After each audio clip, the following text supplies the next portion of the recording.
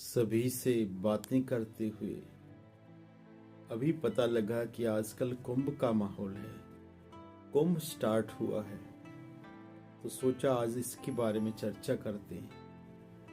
कुंभ का मतलब है वो स्थान जहां पर एक अमृत की स्थिति बनती है,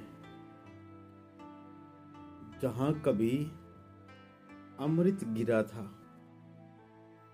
कुंभ वो जगह है जहां पर त्रिवेणी का संगम है, गंगा, जमुना और सरस्वती। कुंभ वो स्थान है जहां पर भक्त हनुमान जी, शिरोमणि भक्त हनुमान जी भक्ति करते हैं।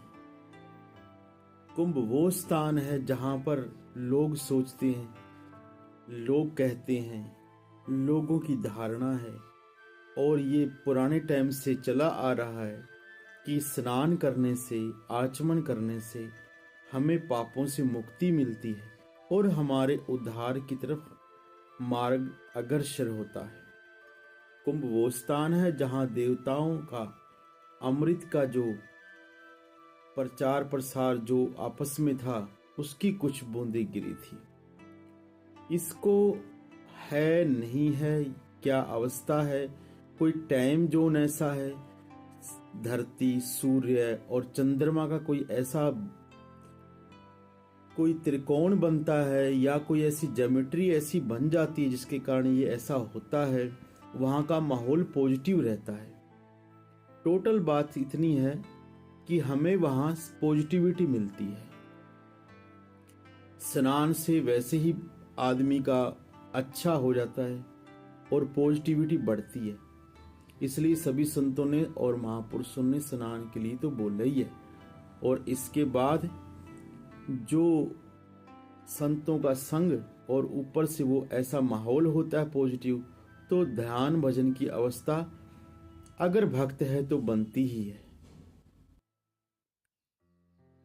बहुत सारे अलग अलग तरह के लोगों से मिलने का और किस तरह का मतांतर इस दुनिया में फैला हुआ है, ये देखने को मिलता है। पर हमें इसे स्पिरिचुअल समझना चाहिए। अगर आप अपने अंदर में इस संगम को देखेंगे तो पता लगेगा कि ये कुंभ, ये अमृत का संचार हमारे अंदर में है।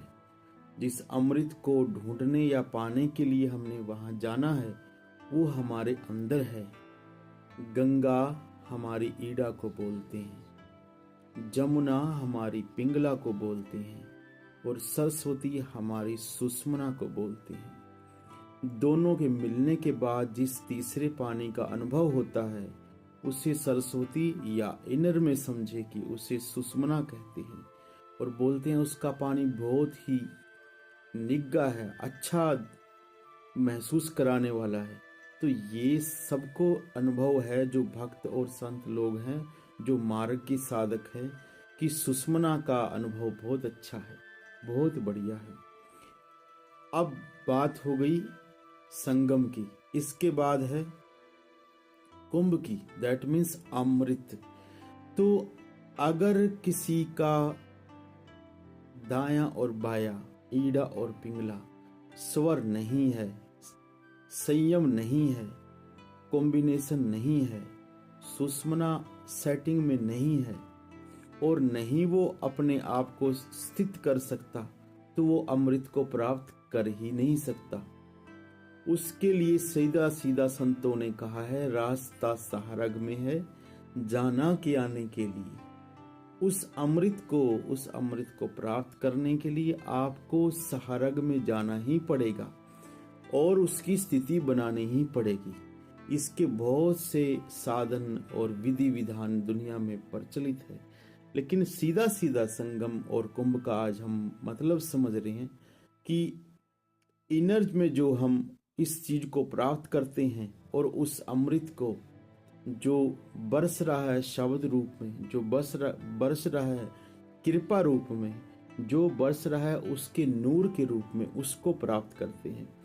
दुनिया जो बाहर ढूंढती है वो भी ठीक है, ना से अच्छा है, उससे सात्विकता, पॉजिटिविटी बढ़ती है, लोग बुरे से अच्छाई की तरफ जाते हैं और एक अच्छा माहौल बनता है, वो गलत नहीं है, लेकिन वो प्रथम द्वितीय तृतीय कहीं पर है। हमें आगे बढ़ना है और आगे हमें इनर में उस चीज को समझना है, अंदर में समझना है। संतों का और बाहरमुखी साधन का सिर्फ इतना ही फर्क है कि संत हमेशा अंदरूनी और अंदर की बात करते हैं, तो हमें अंदर में संगम और उस अमृत को ढूंढना है, उस तक जाना है और फिर हमें आनंद ही आनंद प्राप्त होता है। जैसे स्नान से, संतों से मिलने से और वहाँ इतने लोगों के माहौल से आनंद प्राप्त होता है, वैसे ही हमें उस आनंद को जो बाहर है उससे भी कई गुना जो अंदर में आनंद है, शब्द आनंद है, नूर का आनंद है, उसकी कृपा और दर्शन का जो आनंद है उसे प्राप्त करना है।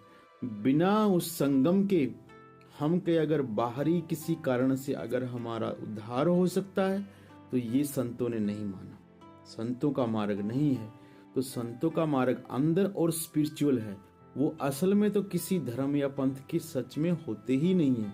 वो धर्म, पंथ, जात, गोत, वर्ण, कुल सब से ऊपर उठे होते हैं। उनके लिए न काला है न गोरा है, उनके लिए कोई जाति नहीं है, किसी भी जात का हो समान है। उनके लिए कोई धर्म नहीं है, हिंदू, मुस्लिम, सिख, ईसाई, जैन, बौद्ध, पारस, कुछ मतलब नहीं। केवल स्पिरिचुअल लाइन पे रहे, रूहानी मार्ग को तय करे, शब्द सुरत मार्ग को पकड़े, अपने अंदर में चढ़ाई करे, अपने इस संगम को साध ले और उस कुंभ को, जिस कुंभ में अमृत की बात है, वो शब्द अमृत को प्राप्त करे। यही संतों का मार्ग, असली मार्ग है। इसके अलावा जो कुछ है वो माहौल बनाने के लिए, सात्विकता दुनिया में बढ़ाने के लिए, अच्छाई की तरफ ले जाने के लिए ठीक है। क्योंकि ये बात संतों को मानने वाले लोगों को भी समझनी चाहिए कि अगर सात्विकता नहीं होगी तो सार भी नहीं होगा। अगर सात्विकता नहीं होगी तो आप सार भूमि तत्वों को प्राप्त नहीं कर सकते। अगर आपके घर का माहौल बिगड़ा हुआ है और आप कहो कि मैं ध्यान करूंगा, मैं भजन करूंगा, मैं शब्द योग करूंगा, हो ही नहीं सकता। बाहर का माहौल अच्छा होगा, धीरे धीरे वो हम पर इफेक्ट पड़ेगा, और ये हो ही नहीं सकता कि ऐसा ना हो, क्योंकि इस इंसान पर, इस मनुष्य पर संग का असर पड़ता ही पड़ता है। इसलिए संतों ने सेवा चलाई है, इसलिए संतों ने सत्संग, कीर्तन वो बाहर क्यों चलाया है, क्यों वो साइलेंट नहीं रहे, क्योंकि इससे फर्क पड़ता ही है भाई। अन्न का, संग का और गुरुमुखी की संगत का फर्क पड़ेगा ही पड़ेगा।